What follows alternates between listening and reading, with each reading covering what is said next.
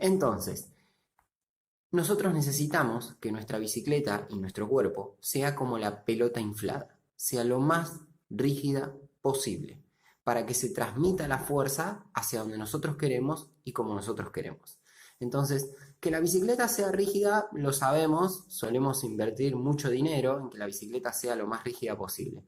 Ahora, ¿que el cuerpo sea más rígido? Sí, que el cuerpo sea más rígido. Bien, ¿cómo trabajamos para que el cuerpo sea más rígido?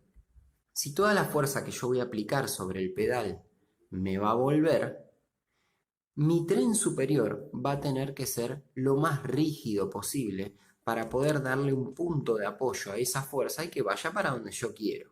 Bien, si cada vez que yo me aplico fuerza sobre los pedales me muevo y mi cuerpo se mueve, quiere decir que gran parte de esa energía se está disipando y se está transformando en movimiento. Y no es lo que queremos. Bien, entonces, ¿cómo hacemos para darle rigidez y estabilidad a nuestro cuerpo? Trabajando, ejercitando. ¿Cómo se ejercita? Bien, no se ejercita de la misma manera. Nosotros en lo que es tren inferior solemos hacer muchos ejercicios de saltos, muchos ejercicios dinámicos, porque necesitamos de ese dinamismo, porque el gesto del pedaleo es un gesto dinámico. Es un gesto donde nosotros estamos pedaleando a veces a 90, 60, 100, 110 revoluciones por minuto y necesitamos que la coordinación de la contracción sea excelente, que un músculo se contraiga y que el opuesto se relaje para que no frene el movimiento, ¿sí? Eso se llama agonismo y antagonismo. La relación agonista y antagonista entre los músculos tiene que estar totalmente coordinada en el pedaleo. En el tren superior no trabaja igual. En el tren superior necesitamos fijación, necesitamos rigidez. Es por eso que para tren superior hacemos ejercicios de plancha, ejercicios isométricos, ejercicios donde se acostumbra el músculo a una contracción que sea mantenida en el tiempo y que tenga mucha fuerza y mucha rigidez para transmitir la fuerza que nos está devolviendo toda la que imprimimos con los miembros inferiores. Es importantísimo que el ciclista trabaje miembros superiores y miembros inferiores, los dos, porque si no, toda la fuerza que aplicamos se convierte en movimiento, ¿sí? Imagínense ustedes como un ejemplo, intentar hacer una partida detenida o escalar sin manos, sin agarrarse del manubrio. Es imposible. Es imposible porque el cuerpo se mueve continuamente y nos cansamos mucho más porque estamos aplicando fuerza que no es transmitida por torque a la rueda trasera, que es lo que nos interesa. Perfecto. Entonces, ¿nuestro cuerpo se le puede dar rigidez? Sí. Nuestro cuerpo funciona como un sistema de tensegridad.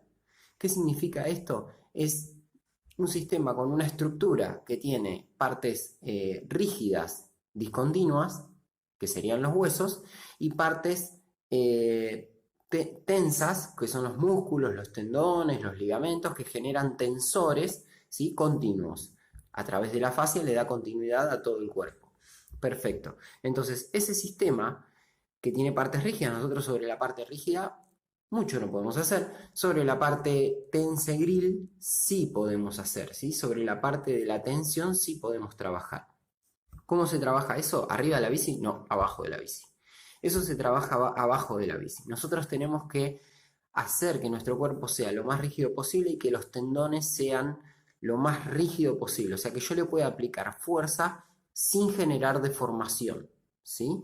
Que tolere la deformación. Entonces, ¿qué pasa? Yo les voy a dar un ejemplo. Un martillo. Un martillo cuando pega contra un clavo, tercera ley de Newton. Yo aplico una fuerza y ¡pum! Rebota el martillo, me devuelve una fuerza de igual intensidad, de igual magnitud, pero en sentido contrario, ¿sí? Perfecto. Entonces, ¿se imaginan ustedes un martillo que entre la cabeza del martillo y el mango de madera tenga una articulación y que yo cada vez que le pegue al clavo se mueva la cabeza del martillo y amortigüe? No clavaría nunca. Perfecto. Bueno, así tenemos que hacer que funcione el cuerpo. Necesitamos que el cuerpo sea rígido. Para que el cuerpo sea rígido, necesitamos articulación fuerte. ¿A qué me refiero esto? Que la estabilidad articular sea fuerte, que los músculos que pasan por esa articulación estén fortalecidos y trabajen bien. Por ejemplo, en el caso del tobillo, el tibial anterior, los peroneos, el tríceps ural, todos esos músculos tienen que trabajar coordinadamente y en el momento que yo necesito aplicar fuerza tienen que ¡pum!, tener tensión, ¿sí? Es un periodo muy corto de tiempo donde el músculo tiene que ponerse bien rígido y aguantar esa tensión. Para que el tobillo, cuando yo aplico fuerza sobre el pedal, supongamos que esta es mi tibia y mi peroné, este es mi tobillo, este es mi pie, para que cuando yo aplico fuerza sobre el pedal, la articulación no se mueva. Bien, entonces, ¿eso cómo se hace? Y nosotros lo trabajamos con ejercicios pliométricos, con saltos, porque el cuerpo hay que trabajarlo de acuerdo a como yo lo voy a exigir. Entonces, ¿se acuerdan que existía la energía cinética, que tenía peso, que lo hablamos con anterioridad? Por ejemplo, yo me paro en la balanza y si salto en la balanza, mide unos cuantos kilos.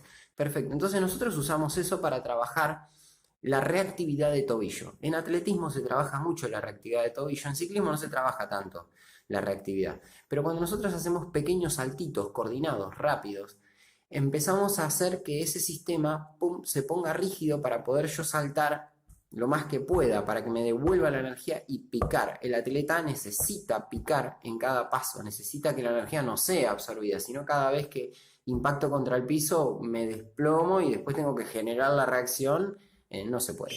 Entonces, trabajamos con ese tipo de ejercicios para aumentar la tensión articular y que responda de mejor manera. Si yo logro aumentar la tensión esa y la respuesta a la fuerza en todas las articulaciones de mi cuerpo, que es como una cadena, son cadenas musculares, entonces si yo logro que cada eslabón de esa cadena esté un poco más fuerte, esa cadena se pone más rígida y cuando yo le aplico fuerza, ¡pum!, aguanta.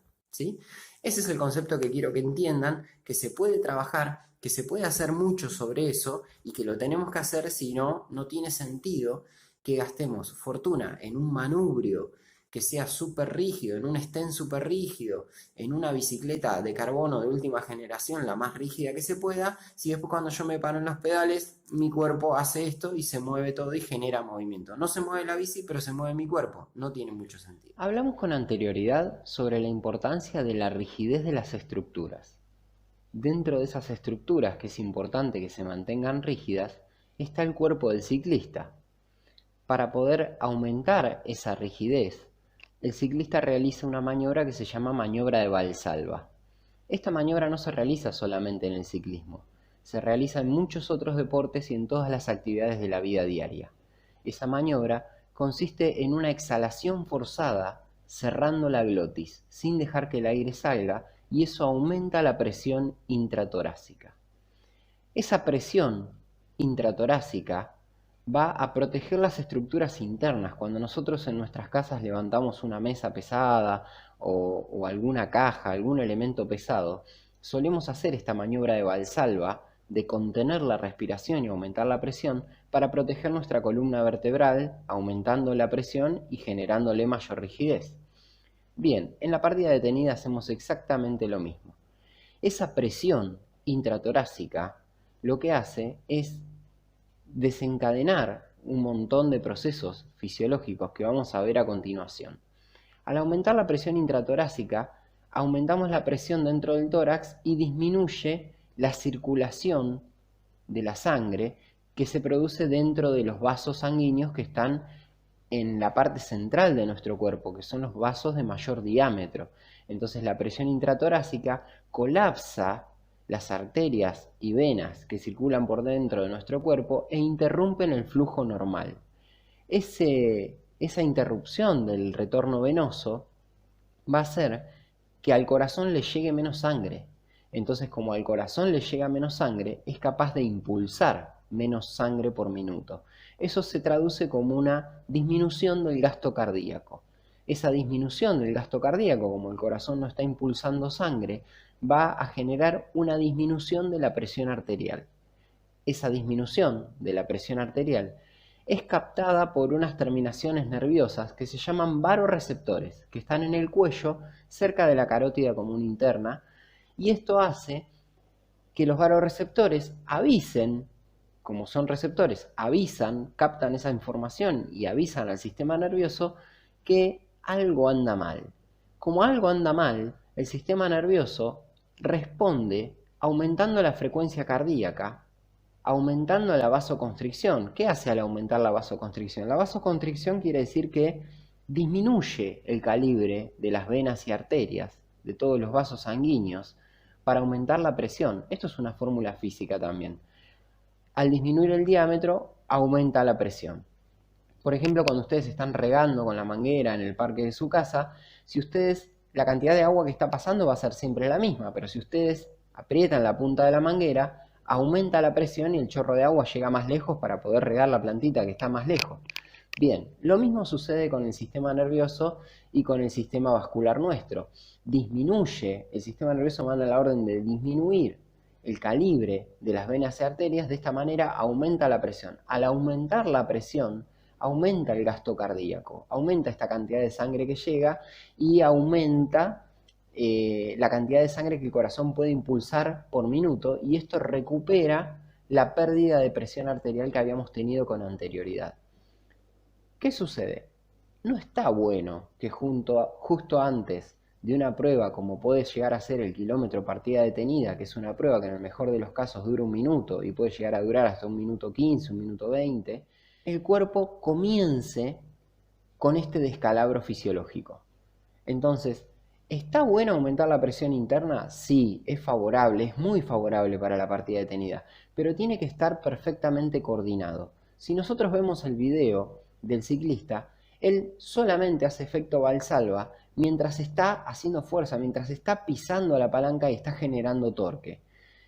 Cuando la palanca llega al punto muerto, donde él ya no está pudiendo generar tanta fuerza, ya no necesita tanta presión interna intratorácica y aprovecha ese momento para liberar el aire, disminuir la presión y que todo esto no tenga tantas consecuencias. Y volver a hacer lo mismo cuando la otra palanca le queda en un punto cómodo para aplicar la fuerza, volver a cerrar la glotis y volver a generar presión interna. Entonces, digo esto porque hay muchos videos en internet de gente que está levantando peso y mantiene la maniobra de valsalva durante un tiempo muy prolongado. El cuerpo no puede llegar a compensar todo esto y ahí es donde se genera que el deportista a veces hasta se desmaya. En el ciclismo tal vez no lleguemos a esa instancia, pero sí lo que estamos haciendo es, si nosotros partimos y las primeras 3, 4 pedaleadas estamos manteniendo la presión interna, estamos generando una situación desfavorable en nuestro cuerpo, una situación fisiológica desfavorable que después la vamos a terminar pagando al final de la prueba. Porque ustedes imagínense que ya estamos arrancando la prueba con un aumento de la frecuencia cardíaca, con un aumento de la vasoconstricción, con un aumento del gasto cardíaco, con un aumento de la presión arterial, que no es lo que nosotros queremos en las primeras 4 pedaleadas de nuestro ejercicio. Entonces es importante poder aumentar la presión, sí, pero disminuirla en el momento que podamos para volver a aumentarla, entonces que se genere todo este trastorno fisiológico en periodos muy cortos.